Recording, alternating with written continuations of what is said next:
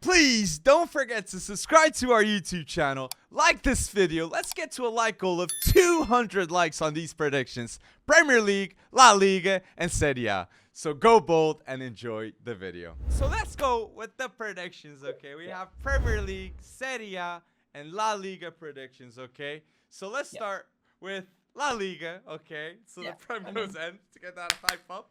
So La Liga, who is gonna win it for you? I mean, I don't think Real Madrid is bottling it, and that's really all I wanted to say. I mean, everybody was 100%, understandably going at the jugular of Real Madrid and their DNA, and Ancelotti lost the plot and all this stuff. They will be fine. They will win it. Okay. And, it's just how far Barcelona can ride their momentum. But it's a 9-point, 9-point deficit. I don't know, and I don't know how does Ousmane Dembele's departure, now that it's not exactly projected, it's more so guaranteed. How does that affect the locker room, or does it? How did the impending transfers of Mazraoui and Kessié, how does that affect the locker room chemistry? True. I'm sure Xavi will navigate it very, very well with artistic taste. But Barcelona has a big match that's going to be a bellwether. They've got Sevilla next this coming weekend. They got Sevilla. So that might give us a few more data points, but I'm going to say it right now. Real Madrid will not bottle this. They will win La Liga. I go with Real Madrid too, but I'll just have an if. If Benzema gets injured, they won't win it. If Benzema gets injured, they won't win it. Okay, Vinicius Jr. without Benzema was all over the place. And they still have some tough matches. They play Atletico away, and they too play Sevilla away. So I'm gonna go Real too. And second place, I'll say Barca, okay? And third, Atletico. I think Sevilla for me were the biggest bottlers, okay, with those draws nonstop. Because Sevilla could have secured that second place, okay?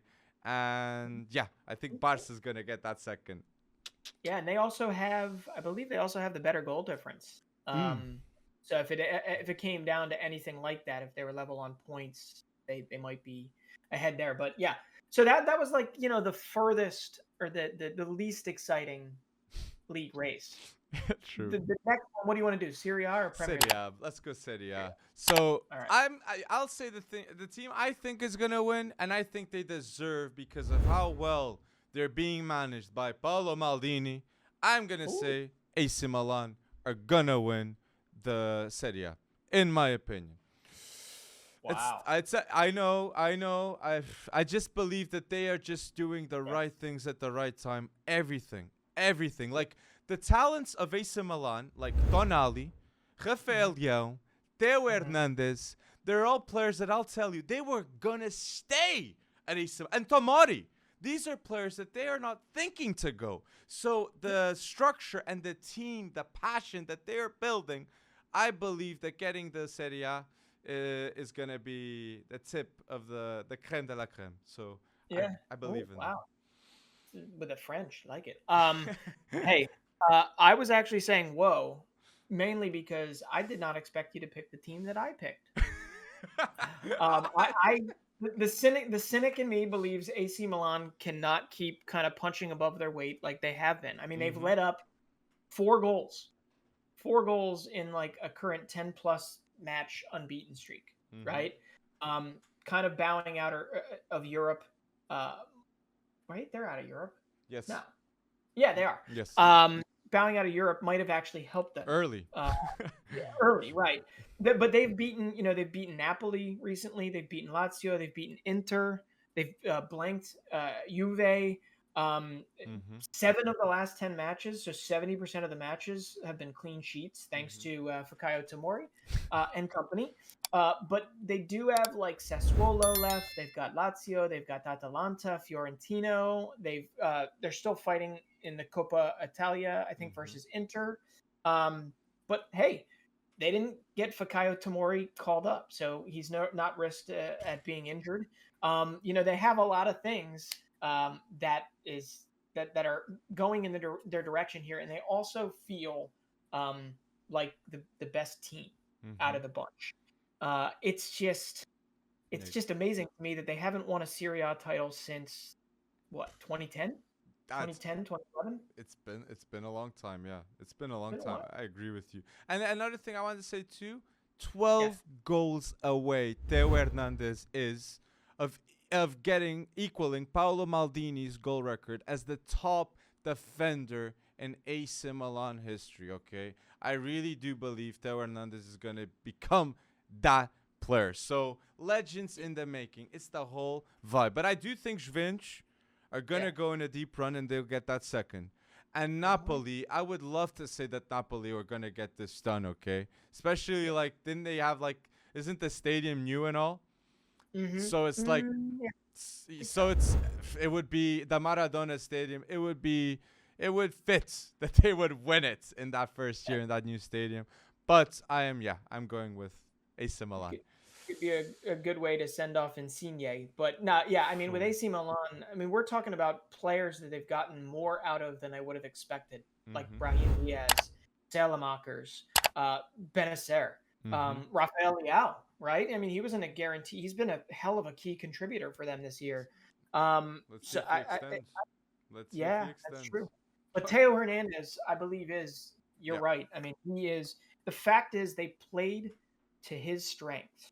So at sometimes playing pretty uneven football, like weird tactics and stuff. But they really played the Teo's, bombing forward, playing both sides of the ball approach, and I feel like it's done them more good than bad. But clearly, right now, their key is defense, and if they can keep that up, I mean, it's a 3-point lead, and it's very slim. But I think they can get it done. We'll see. Kessié going. Let's see who's coming. Gnat. But last thing too is Paolo Maldini, 142 million salary when he first arrived, the whole at AC Milan. He cut it down to 82. Okay, so 81 million. So that was a 43% decrease in that wage bill. Okay, so elite management by Paolo Maldini. Okay. Yeah, and I mean, you got to give a little credit to Stefano Pioli too, right? Yeah. I mean, I don't think he's ever won a league title as a coach.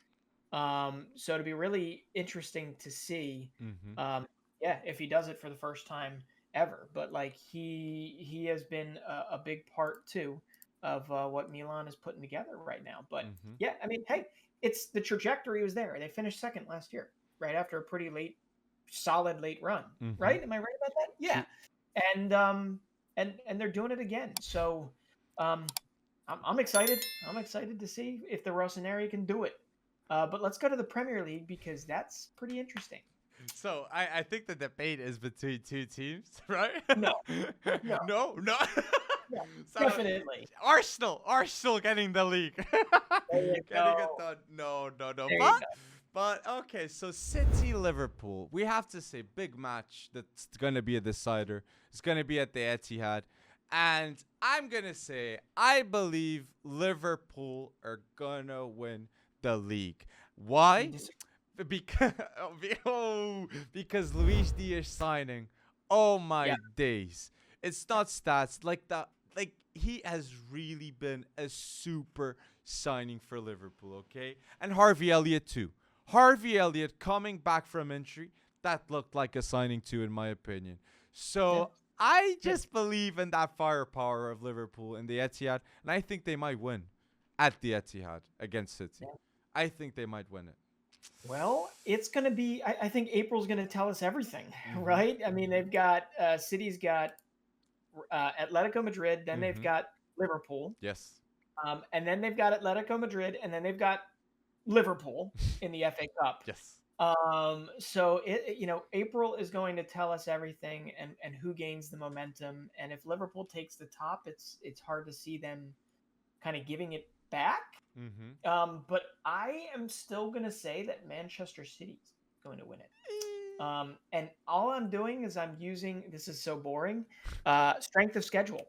I'm just looking at it and I'm saying Man City needs to get by Burnley, Leeds, Watford, Brighton, Villa, who hasn't exactly been the Villa we remember when Gerrard took over. Whereas Liverpool has Tottenham, Man United, Southampton, Newcastle, Wolves. So they've got definitely a harder go of it, along with obviously another campaign, Champions League, along with the FA Cup. But do they have the firepower to get it done? Yeah. And I don't know. You could flip this on its head and say having a stronger schedule means being razor sharp, like being, you can't let up. Whereas Manchester City, you could see him throwing a point or two away against a stupid game versus Watford. True. No offense to Watford fans. I get you. But I'm going to go with the practical side of me is going to say that Pep and City will hold on razor thin. It's going to go down to the last day. I think if City get that, I think so. But the injuries though, I'm worried though with Ruben Dias. Like, and even that Atletico game, I think they're gonna have a proper challenge with Atletico, and some injuries might arouse in that Man City team against Atletico. Just saying. And there's another player like Trent. Trent ain't playing for England, and I have an idea why. Okay, I'm speculating here, but I legit believe Trent is saving himself up for what's to come. Okay, these big boy matches of Liverpool. So could be top. So you think City, Liverpool, Chelsea, and who in the fourth position though? Who? That's a. I mean, I think Arsenal is going to mount, I believe, a fight for third place. They're 5 points behind. Chelsea has a plus 38 goal differential. Arsenal has a plus 13 goal differential, but 5 points separate the two. Arsenal have momentum. Arsenal have stability, and I'm gonna say some huge praise right now. Arsenal have a stamp with Arteta. The control possession of Arteta is starting to function, just like we see with Xavi. There's a lot of similarities in how they play Arsenal and Barca with the stamp of those two managers. So, but I have to say, just being devil advocate, United can solve a bit of their issues in that locker room and maybe go in a deep run to get that top four. You never know. You never know. Yeah, I mean, I am surprised that Tottenham's still even in the running. 16 wins, 10 losses this season. 10 losses, which is wow. But they've won 4 of their last 5, so it's fun. This is what we wanted. Well, okay, I thought it was going to be a 3-way race, right? But hey, I'm just happy that it's close. I still remember. Yeah. My question is, would Tottenham be better without Kane? Ooh. Would they be better? Not as of late.